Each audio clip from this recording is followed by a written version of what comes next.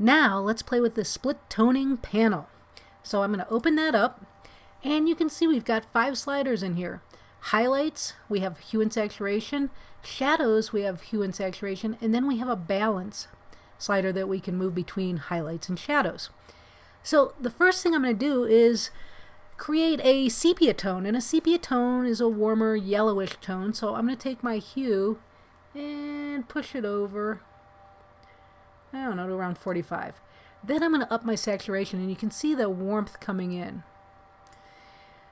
Then I'm going to do the same thing with my shadow hue. Once again, I'm going to take it to 45.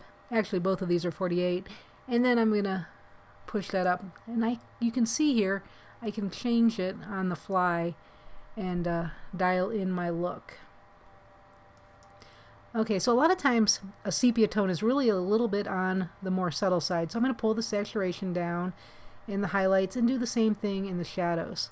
So I just kind of want a slight tinge of warmth. I can play with the balance, and we're not getting a lot of adjustments here. So it's going more towards the shadows. We're seeing a little bit more. I'm just going to leave it set to its default of 0 for this moment. So that's looking pretty good for a sepia tone. But we've got all these different colors in here. What happens if I take the hue from my highlights up here into the blue range and push my saturation up? Push my saturation up down here in the shadows as well. And then I can play with my balance, and I start to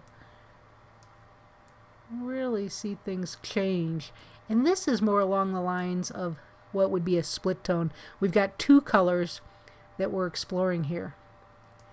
It actually is. And I can just make the magic happen here. I'm thinking that is looking kind of how I want it. So I'm really happy with that.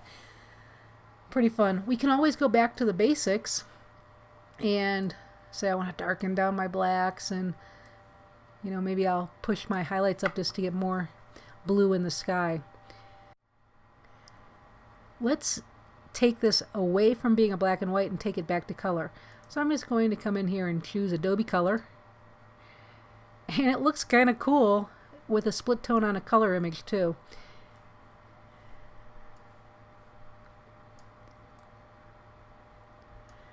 So just have some fun. If you look out on the World Wide Web, you might find some recipes of things to try, some color combinations and numbers.